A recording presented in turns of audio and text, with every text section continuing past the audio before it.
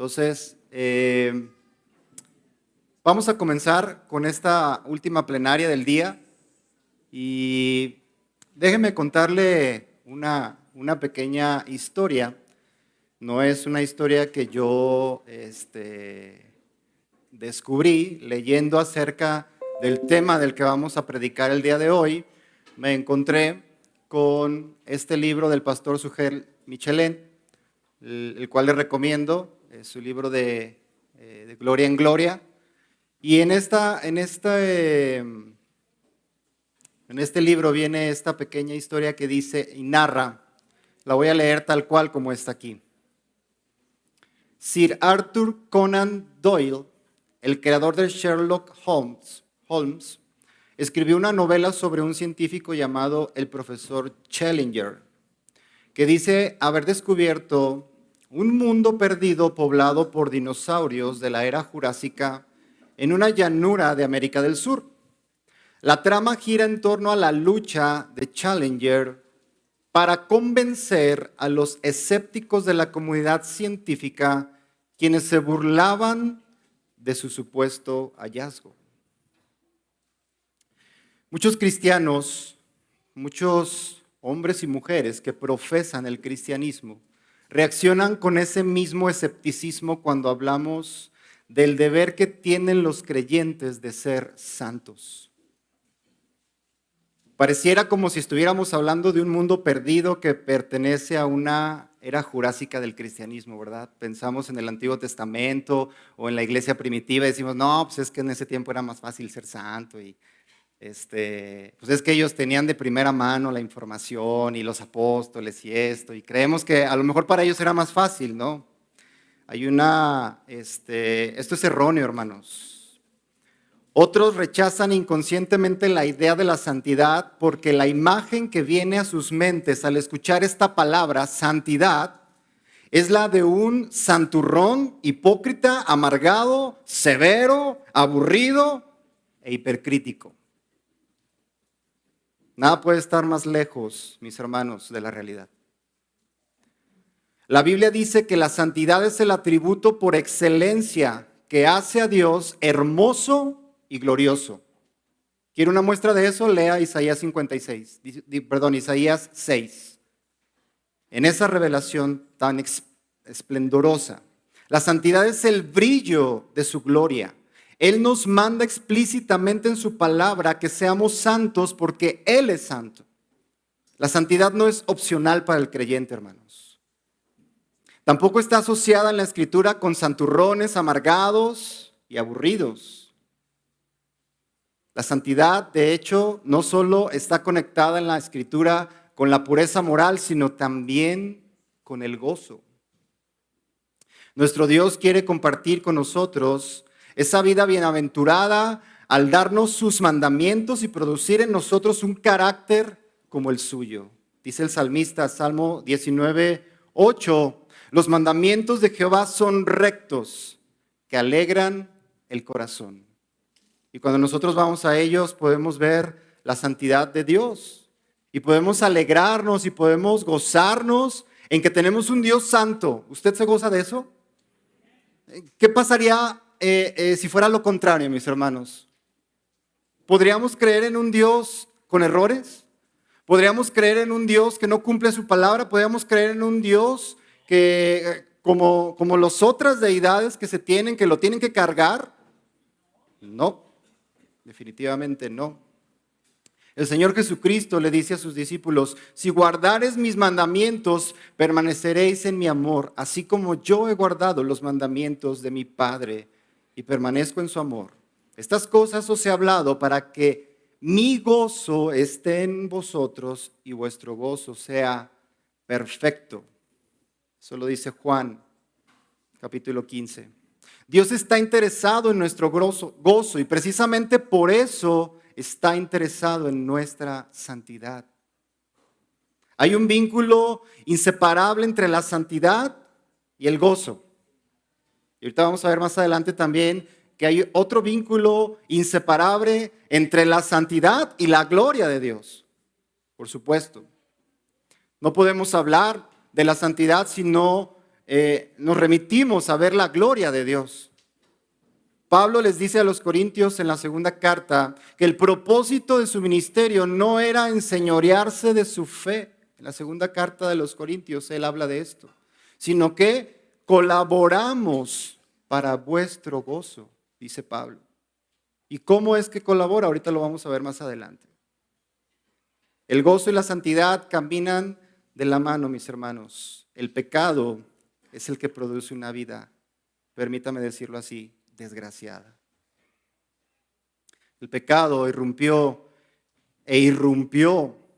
con esa comunión que había entre Dios y su creación. Vamos a orar.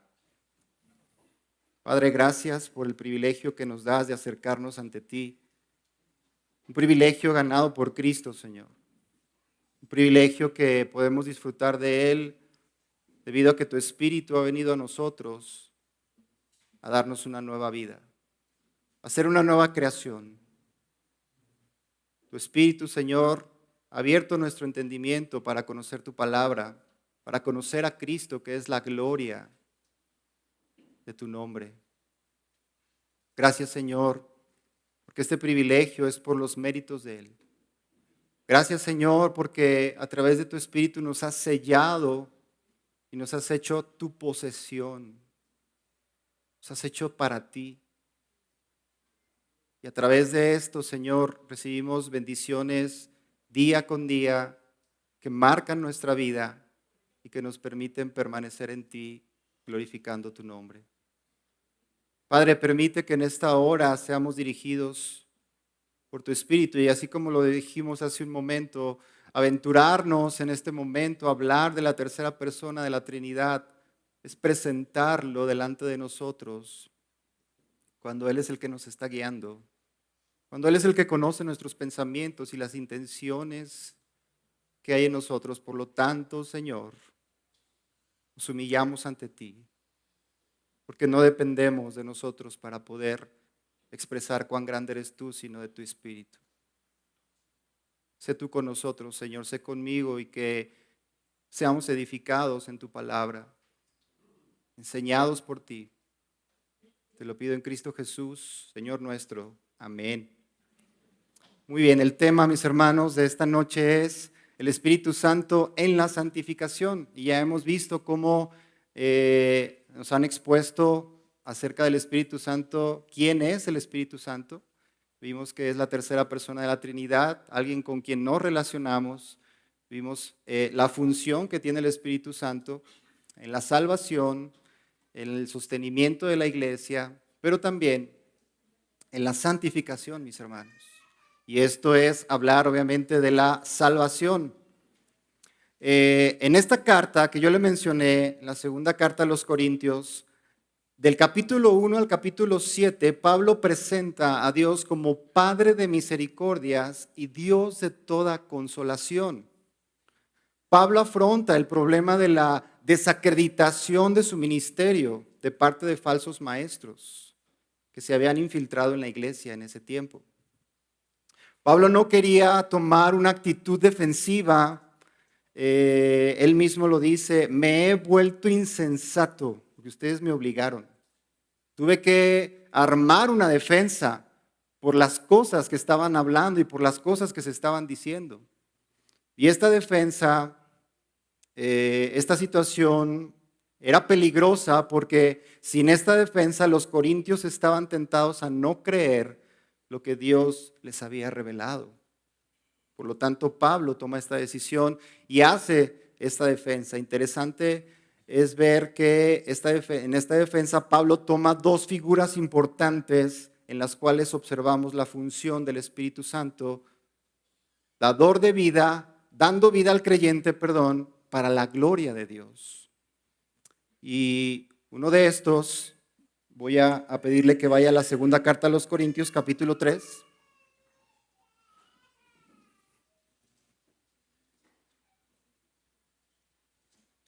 Segunda carta a los Corintios, capítulo 3, y vamos a leer a partir del versículo, nuestro texto se sitúa a partir del versículo 12, sin embargo es importante contextualizar Y ahora yo le voy a explicar acerca de esto que estoy diciendo, de estas figuras que Pablo toma para poder expresar y armar su defensa. Vamos al versículo 2, capítulo 3, versículos 2 y 3. Dice, ustedes son una carta, ustedes son nuestra carta, escrita en nuestros corazones, conocida y leída por todos los hombres, siendo manifiesto que son carta de Cristo redactada por nosotros, no escrita con tinta, sino con el Espíritu del Dios vivo. No en tablas de piedra, sino en tablas de corazones humanos. Pablo lo que está diciendo aquí, mis hermanos, ustedes son la evidencia de la transformación que Dios hizo por medio de su Espíritu cuando ustedes entendieron el Evangelio. Hay evidencia en esta iglesia, hay evidencia de que realmente ha habido una conversión, una transformación en ustedes. Y Pablo lo está expresando de esta manera. Ustedes son una carta porque antes dice, entonces necesitamos ya cartas otra vez para poder presentarnos, para que me crean que realmente soy apóstol de Jesucristo. Y entonces él escribe de esta manera, ¿quieres saber que realmente soy un apóstol de Jesucristo? Tú eres esa carta, tú eres la evidencia de que realmente aquí se ha compartido el Evangelio, porque ustedes no estaban en Cristo y el Evangelio llegó a ustedes. Dice, son carta de Cristo. Cristo fue la consumación de la ley, hermanos. Y el Espíritu del Dios vivo es quien les reveló a Cristo y por él un nuevo corazón para mostrar la gloria de Dios. Cuando Pablo se está refiriendo a que son, cuando dice, son carta de Cristo redactada por nosotros, no escrita con tinta, sino con el Espíritu del Dios vivo, no en tablas de piedra, estaba haciendo efectivamente referencia a las tablas de la ley que fueron dadas en Moisés. Más adelante vamos a tocar eso, porque el mismo texto nos lo dice, sino en tablas de corazones humanos.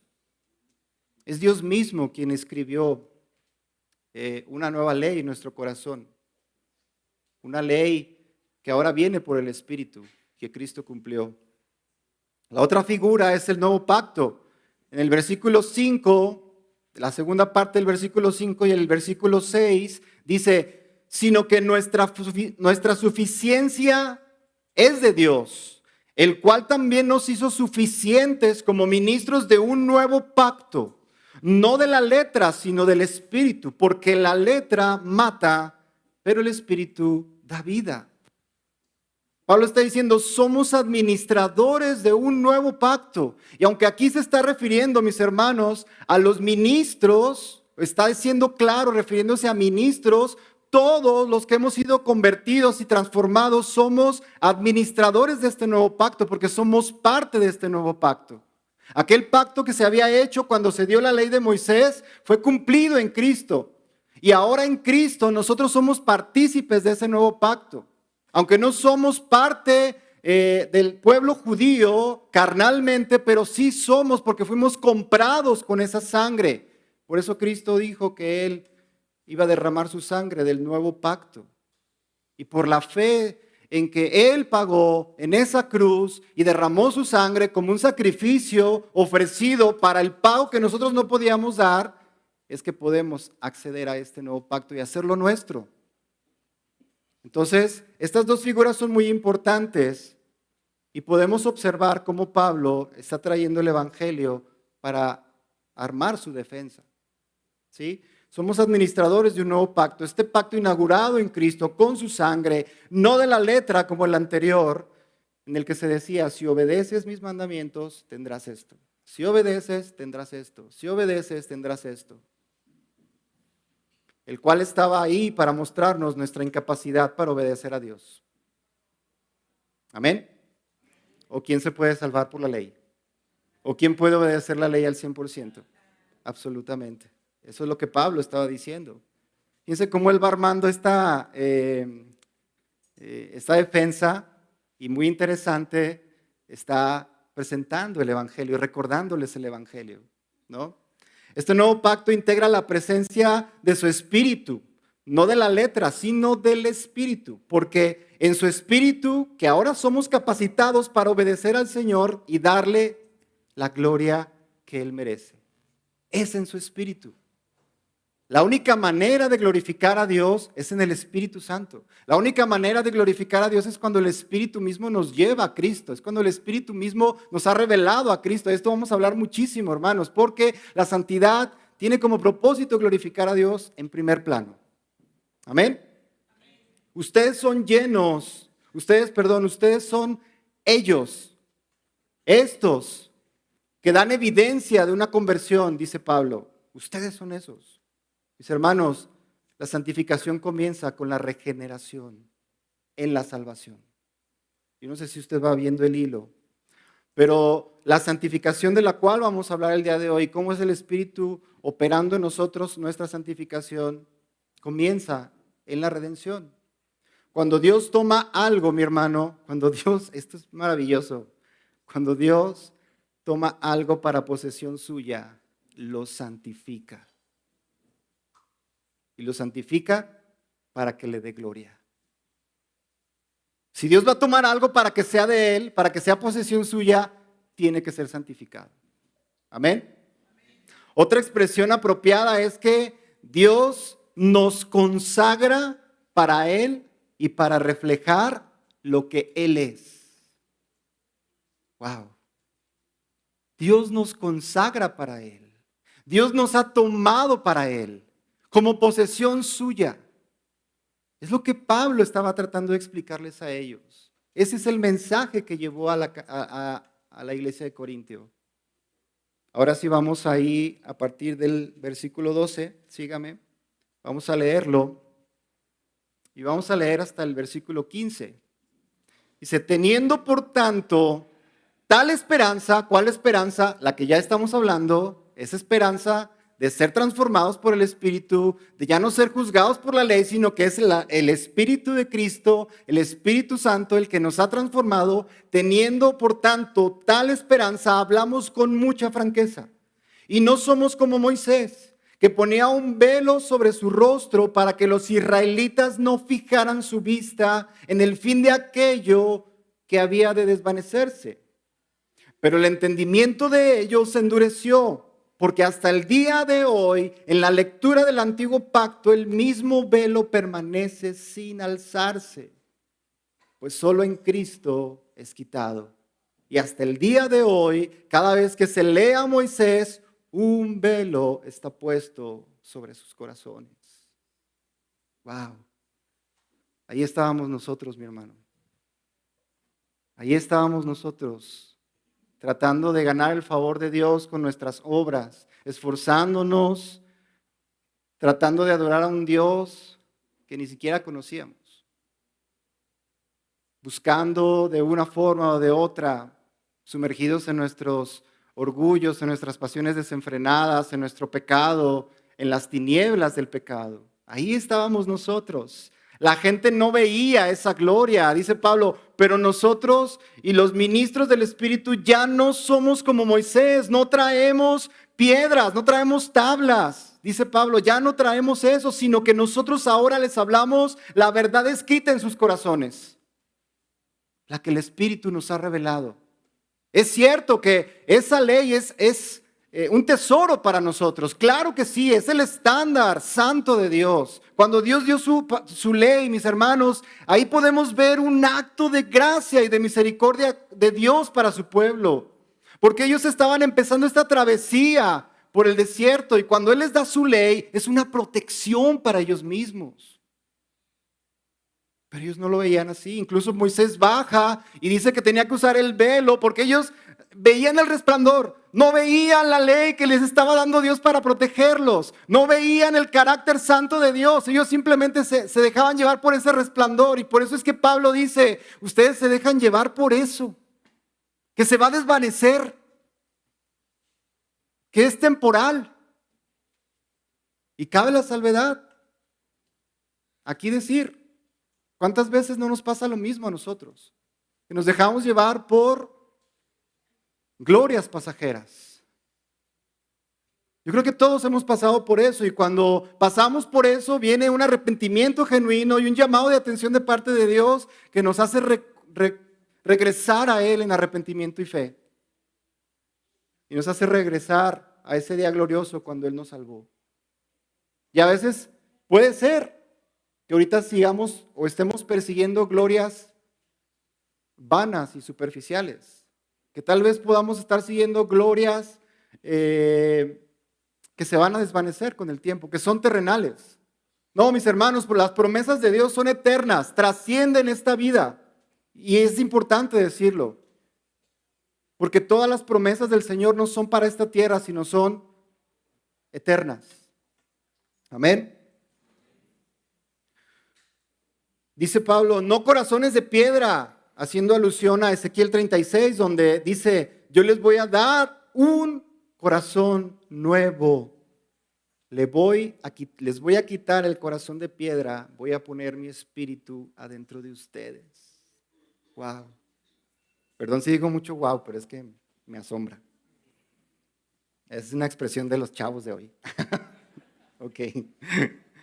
En Jeremías 31 dice, y este es el nuevo pacto que voy a hacer. Voy a poner mi ley dentro de sus corazones. Lo voy a escribir ahí para que ahí esté mi ley.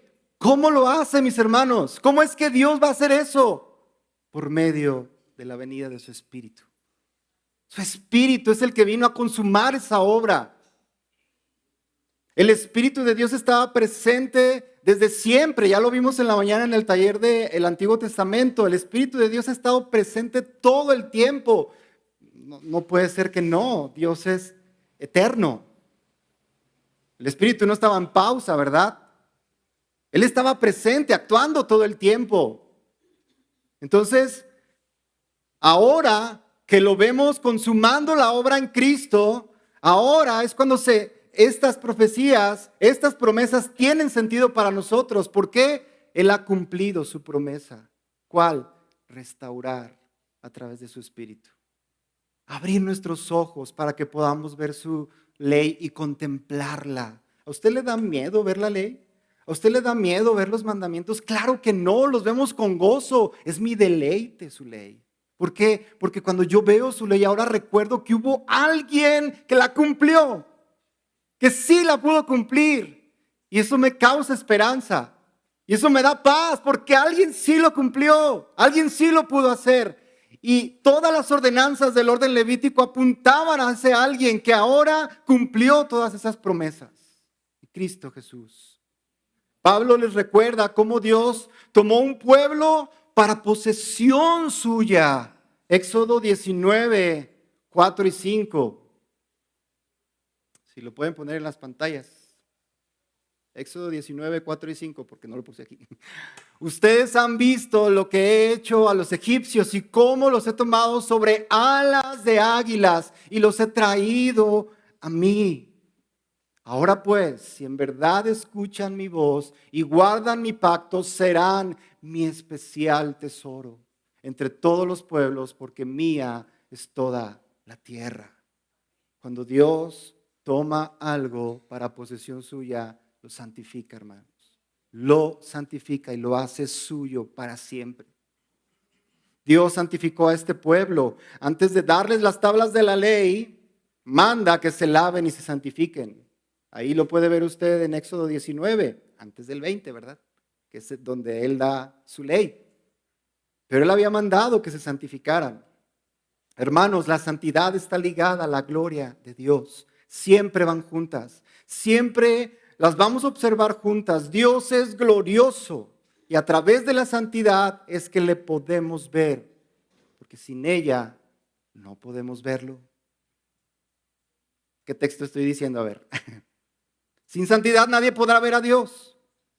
A través de la santidad que ha sido imputada a nosotros, es que nosotros ahora podemos contemplarlo a Él en su gloriosa majestad. Amén. Es así. Este es el trabajo que hace el Espíritu Santo en nosotros. Cuando Dios nos toma como posesión adquirida, Él nos santifica. Él nos regeneró. Nosotros estábamos ciegos. Nosotros estábamos muertos. Nosotros no buscábamos a Dios.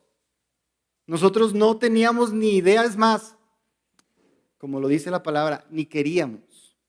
Ni queríamos. Queríamos un Dios a nuestra comodidad. Queríamos un Dios a nuestros placeres. Un Dios que se acomodara a lo que yo quiero y me gusta para no tener que dejar mi placer, lo que me causa gozo. Esa era nuestra mente. Esa era nuestra forma de pensar. Levítico 11:44 dice: porque yo soy el Señor su Dios, por tanto conságrense y sean santos, porque yo soy santo. Mis hermanos, estamos hablando de nosotros reflejar lo que es la gloria de Dios. ¿Le parece poco eso? Nosotros reflejar lo que es la gloria de nuestro Dios, pero no podemos reflejar algo que no conocemos. No podemos mostrar algo que no somos. No podemos hablar de algo que no conocemos. Lo que significa es que Dios nos ha llamado a la santidad, a ser como Él. ¿Y qué es la gloria de Dios? Pregunto. La gloria de Dios es la manifestación de lo que Él es la imagen de lo que Él es. En la mañana decíamos, si usted se observa el Antiguo Testamento, podemos ver, que cada que Dios tiene una intervención con su pueblo, o da una orden, o da una enseñanza, Él siempre les recuerda algo que hizo. ¿Sí? Sean esto, porque yo soy Jehová, tu Dios, que te sacó de la tierra de Egipto, que hizo esto. Por si no te ha quedado claro quién te está ordenando y quién te está diciendo, soy yo, el que te salvó de ahí. Soy yo, el que te llamó con un llamamiento santo. Soy yo, el que entregué a mi Hijo por ti para santificarte y que hoy me puedas ver. Y que hoy puedas estar en mi presencia. Mi Hijo, al que yo había profetizado desde los tiempos antiguos, soy yo el que te llama con un llamamiento santo. Amén. Esa es la gloria de Dios. Pero esto, mis hermanos, solo es posible por medio de la obra de redención que el Espíritu obra al llevarnos a Cristo. Versículo 16, ahí mismo vamos a continuar. Pero cuando alguien se vuelve al Señor, el velo es quitado. Ahora bien, el Señor es el Espíritu, y donde está el Espíritu del Señor hay libertad. Amén. ¿A qué le recuerda? A la canción, ¿verdad? Esa es una maravillosa canción que nos enseña precisamente y nos recuerda que es el Hijo el que nos hizo libres, es el Hijo el que nos hace libres. ¿Sí? La santificación es la restauración, mis hermanos, de la imagen de Dios que se perdió por la caída de Adán. Se perdió en el Edén, pero ahora esta imagen está definida y está enfocada por la regeneración. ¿Sí? ¿Cuál es la imagen que Dios quiere restaurar en nosotros? ¿Cuál es esa imagen que tiene como propósito hacer en cada uno de nosotros? La imagen de Cristo encarnado, mis hermanos. Porque Él fue el que vino a la tierra, se encarnó como uno de nosotros, vivió lo mismo que nosotros, padeció lo mismo que nosotros y no pecó. Y se sujetó a su Padre. E hizo las cosas y cumplió el propósito para el cual Él había sido enviado. Mis hermanos, cuando nosotros hemos venido a Cristo, tenemos el mismo propósito, el mismo que Cristo tuvo, glorificarlo. Ser santos. Para poder glorificar al Señor, tenemos que ser santos. Por eso le digo que no podemos hablar de la santidad, no podemos hablar de la santificación sin hablar de la gloria del Señor. Van de la mano, siempre van a estar juntas. En Juan capítulo 8, vemos 8, 31 y 32, dice: si ustedes permanecen en mi palabra, verdaderamente son mis discípulos. Y quiero detenerme ahí. Este es un texto que utilizamos cuando tuvimos el campamento con los jóvenes. Jóvenes, ¿aquí están? Ay, sí se quedó Ponchito. Ok. Si ustedes permanecen en mi palabra, verdaderamente son mis discípulos. Y yo quiero hacer una pregunta que él ha hecho muchas veces, o a lo mejor me han visto que le he dicho muchas veces, pero ¿de verdad para usted la palabra de Dios es suficiente? ¿Es todo? ¿Es lo más preciado que tiene usted en esta tierra? Es la palabra de Dios. La palabra de Dios, mi hermano, déjeme recordarle que es la que se hizo carne. Esta palabra es la que nos revela a Cristo. Esta palabra es Cristo mismo. Esta palabra es por la que hoy estamos aquí. Es la que estamos compartiendo, es la que nos aviva. Esta palabra es la que nos vivifica. Cuando usted está triste, cuando usted está tentado, cuando usted está ensoberbecido, ¿quién es el que le pone la corrección? ¿Quién es la que viene y alimenta su ser? ¿Quién es la que viene y toca su corazón? ¿Quién es en donde usted encuentra esperanza? ¿Quién es el lugar de refugio y el lugar en donde usted se va a sentir seguro? Esto, la palabra de Dios. Si no permanecemos aquí, no nos llamemos discípulos. No nos llamemos discípulos. No podemos ser discípulos. Y no existe nada como un cristiano que no es discípulo. No, pues yo voy aprendiendo, espérame, estoy arrancando. Dame chance. Los discípulos ya. No existe. Si permanecen en mi palabra, verdaderamente son mis discípulos. Y conocerán la verdad, porque esta es la verdad, y la verdad os hará libres. ¿Cuál fue la forma en que Eva y Adán fueron engañados? ¿Con una qué? Con una mentira. Y esa mentira permanece hasta el día de hoy en nuestros corazones, porque Él les dijo, serás como Dios. Y los idólatras que éramos antes, o que somos a veces todavía, queremos seguir siendo y ocupando el lugar de Dios. Por eso es que no permanecemos en la palabra, por eso es que Él antepone primero su palabra. ¿Cómo es que vamos a ser libres? ¿Cómo es que vamos a conocer la verdad? ¿Cómo es que vamos a poder ser libres si la palabra no está en nosotros? Es su palabra la que nos va a libertar. Amén. Es su palabra la que nos va a dar la vida. Es su palabra la que nos va a hacer libres. ¿Libres de qué? Del pecado, sí. Pero como lo hemos dicho otras veces, libres de la ira de Dios que está por venir por aquellos hijos de desobediencia, por aquellos que no han entregado y no han puesto cuenta su vida delante del Señor y se han arrepentido. La ira de Dios está sobre ellos. Y puede ser que aquí aún haya gente que no ha entregado su vida a Cristo. Y puede ser, lo tengo que decir, que hay algunos que tienen 20, 15, 30 años y creen que están en Cristo, pero no permanecen en su palabra. ¿Cómo es posible eso? No, quien nos da la certeza es la palabra de Dios. Quien nos da la certeza de que realmente hemos sido perdonados y santificados es la palabra de Dios, porque su Espíritu es el que viene y esta palabra causa en nosotros un arrepentimiento genuino. Nos lleva a glorificar a Dios. La verdad es el medio que Dios usa para libertarnos del pecado. La verdad, mis hermanos. Que si no hay verdad en nuestra vida, seguimos en una mentira, seguimos viviendo una mentira, seguimos practicando la mentira, queriendo ser algo que no somos. O simplemente siendo lo que desde que nacimos somos. Pecadores. Pero no se ha producido un arrepentimiento aún. La verdad se perdió en el Edén. Satanás engañó a Eva y esa mentira se quedó en el corazón del hombre. Ha trascendido de generación en generación. La verdad, mis hermanos, la verdad es chocante a la mente humana. Y esto lo puse porque me estaba chocando cuando estaba haciendo el ejercicio. Y yo creo que a usted también le está chocando, ¿verdad? Sí, es chocante la verdad, porque es la verdad de Dios. Estamos llamados a la santidad, a la perfección, a la cual solamente podemos aspirar por medio de su Espíritu, en el poder de su Espíritu, solamente en el poder de su Espíritu.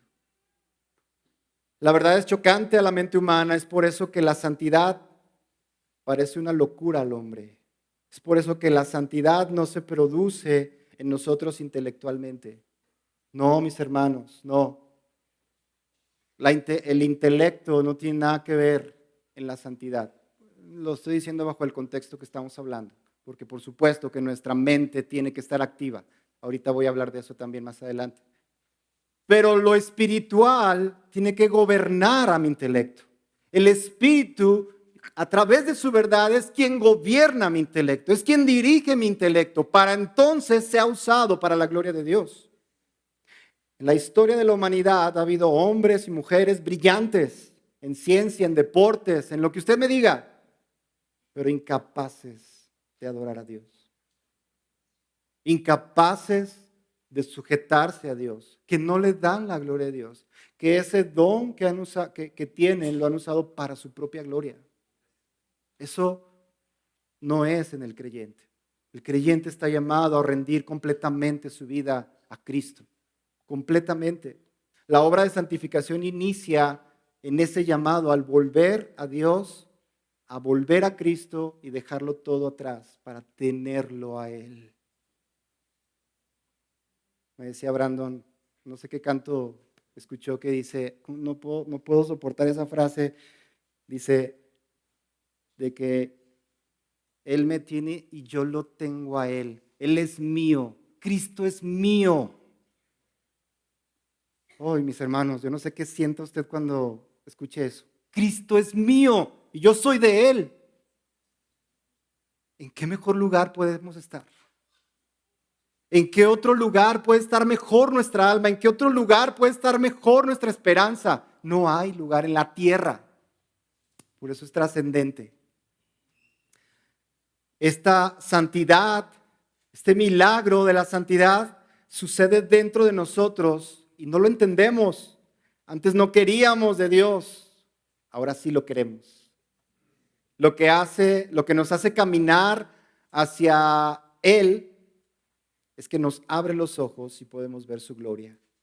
El poder ver su gloria, al poder ver su gloria, queremos tener a Cristo porque percibimos la hermosura de su gloria, percibimos la hermosura de su santidad, nos fue quitada la ceguera. Le voy a poner un ejemplo terrenal para asimilarlo mejor. Piense en esa persona con la que a usted le gusta estar mucho. Sí, mi persona es Nancy.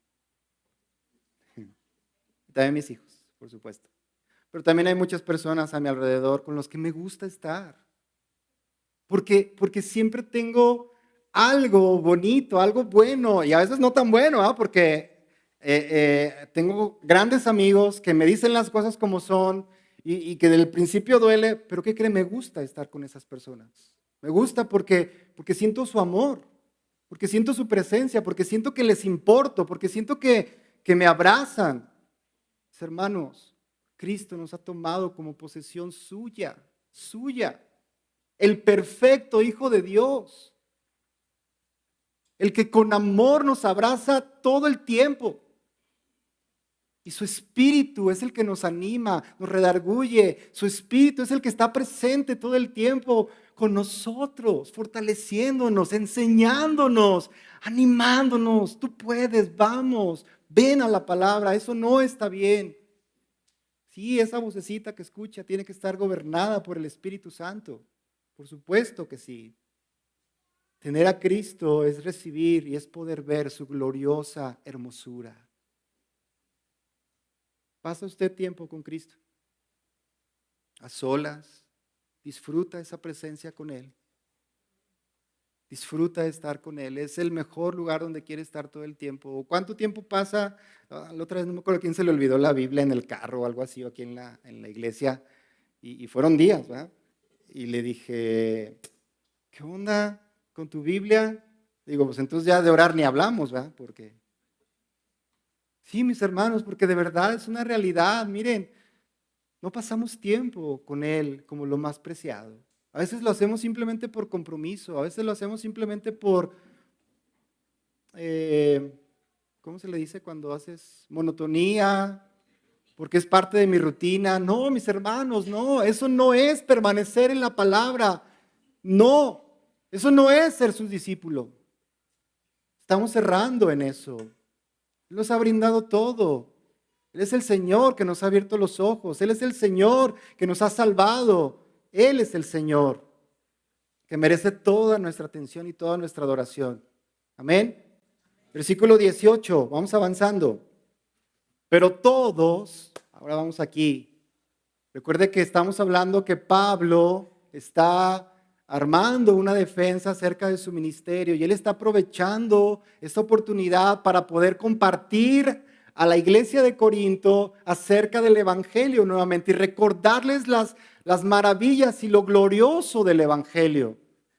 Y cómo es que ellos ya no están bajo la ley, sino bajo la gracia de Cristo. Y cómo es que ellos ya no han sido transformados por el Espíritu de Dios.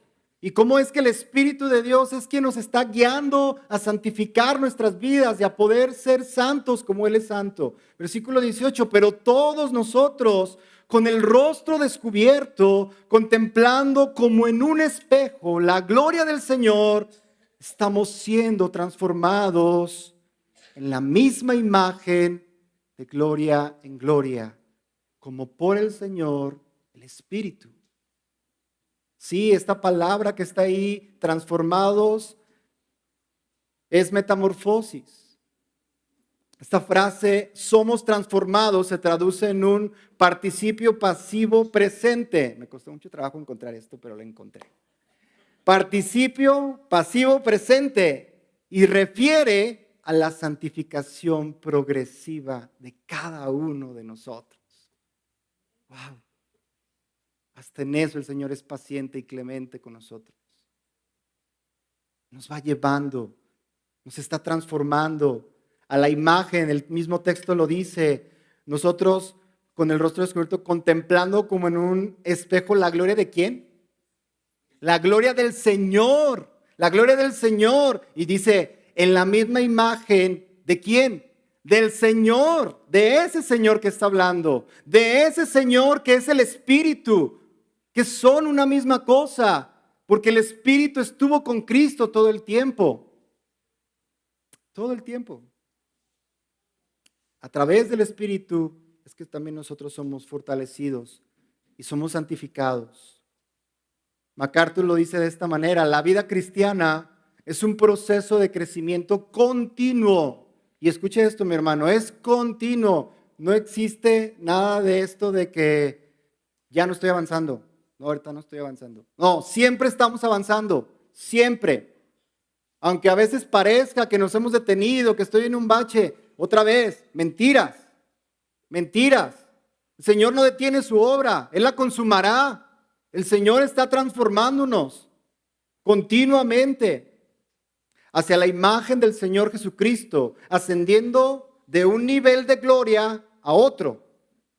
Pablo es muy frecuente en hablar de la transformación del creyente. Y mire, le voy a dar unos textos para que podamos entrar un poquito más en esto. Él es muy insistivo en esto, en esta transformación. En Romanos capítulo 12, versículo 2, es un texto que usted ya conoce.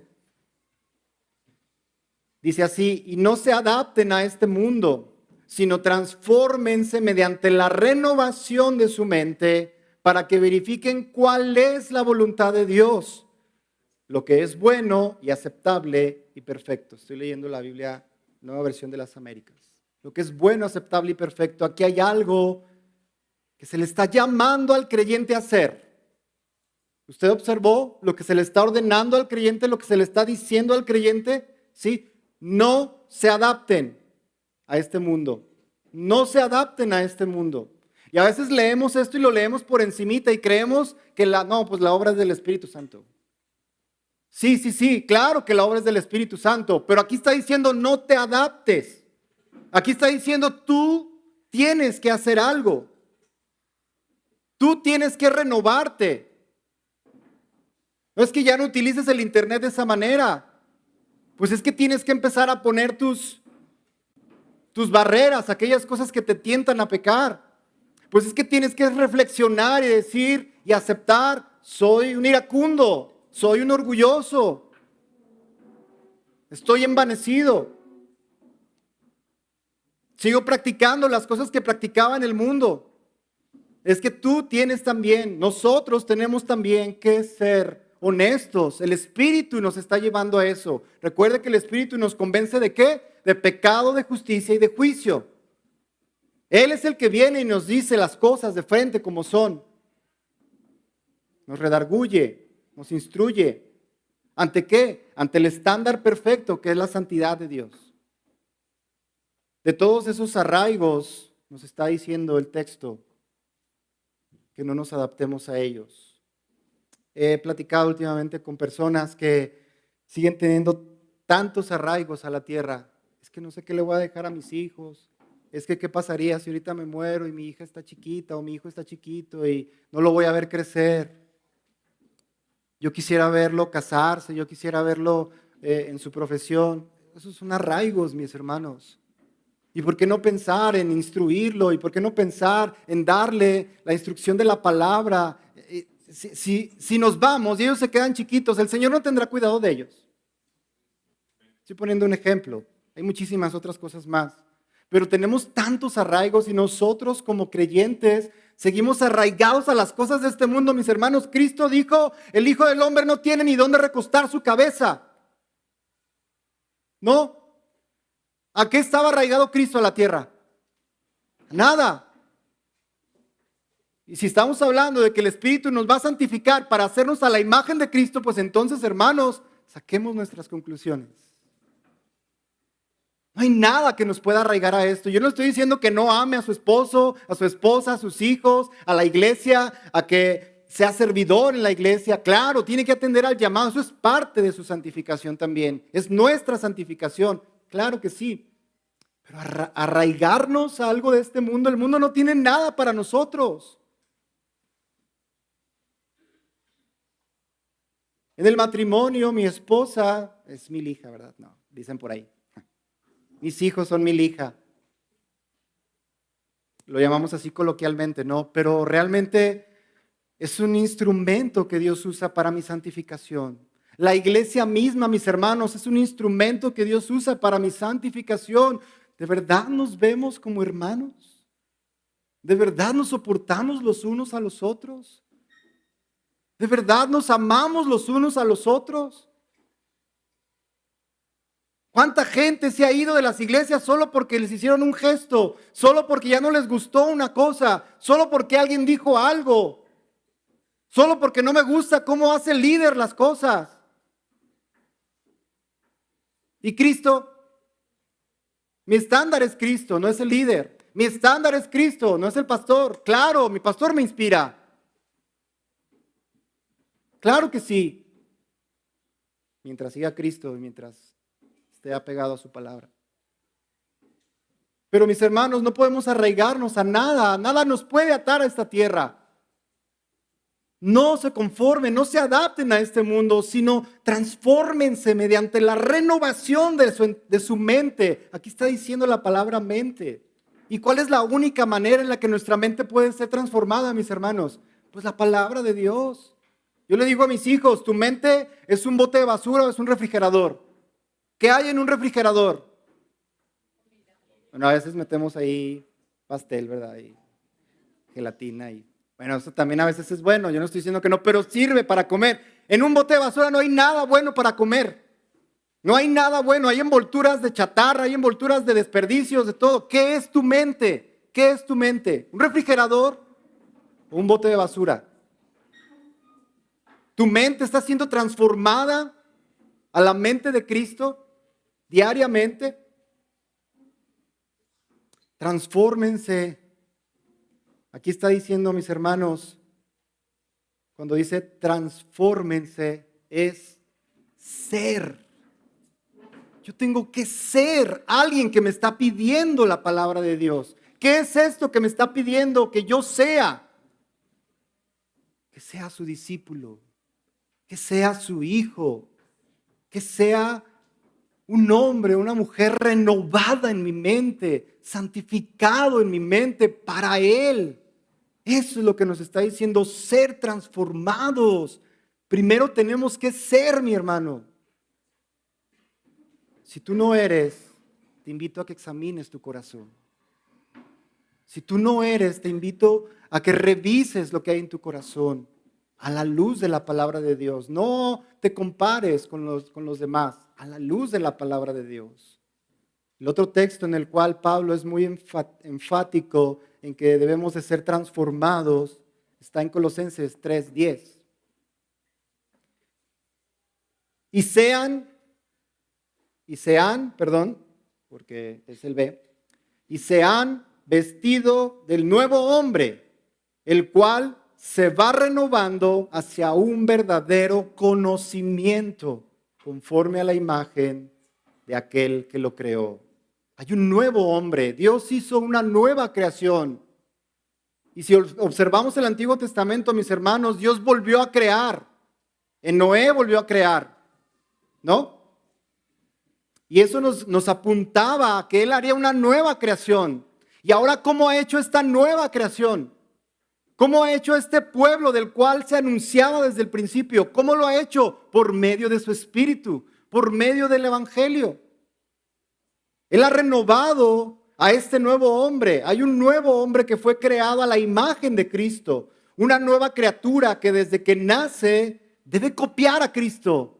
Estoy hablando del nacimiento espiritual. Desde que nacemos debemos copiar a Cristo. Desde que nacemos tenemos que alimentarnos de Cristo. Desde que nacemos tenemos que estar cerca de Él. Mire esto. Hechos nos redacta, mis hermanos, cómo es que a la iglesia, si usted observa ahí, no recuerdo el capítulo, pero se les llamaba los del camino. Tenemos un grupo que se llama los del camino, ¿va?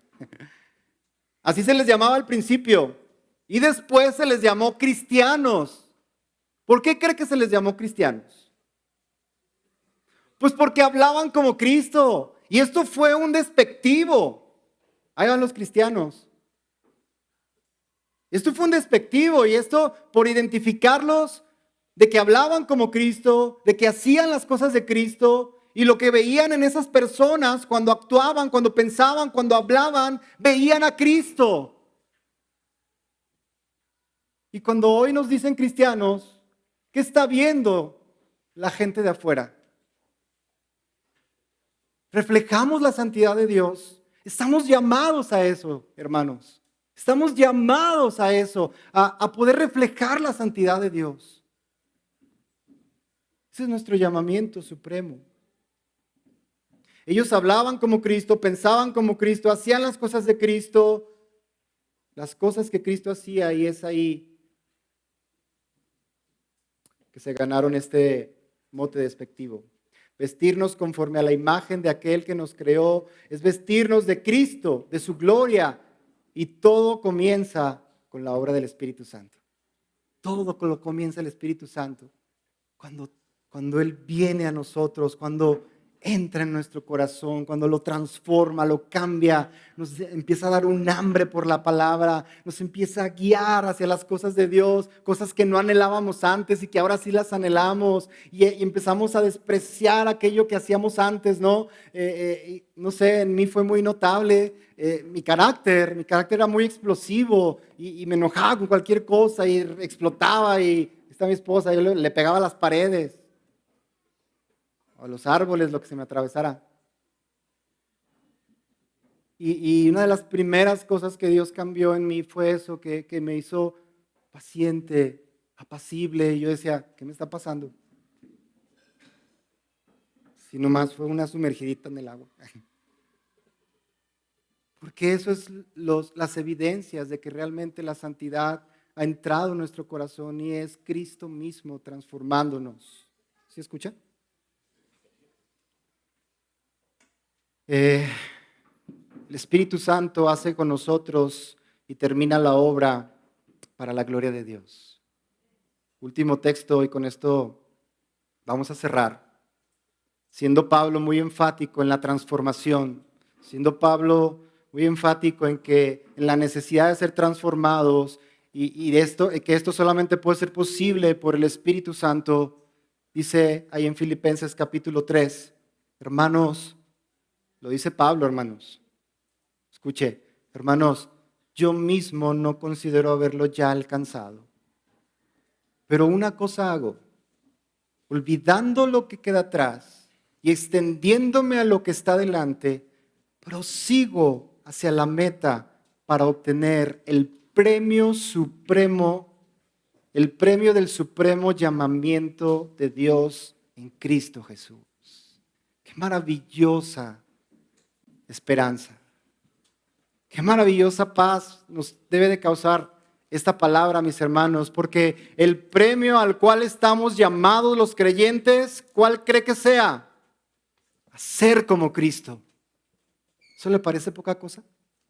A ser como el perfecto Hijo de Dios, a ser como el unigénito de Dios, a ser como el Verbo que se hizo carne, a ser como Él.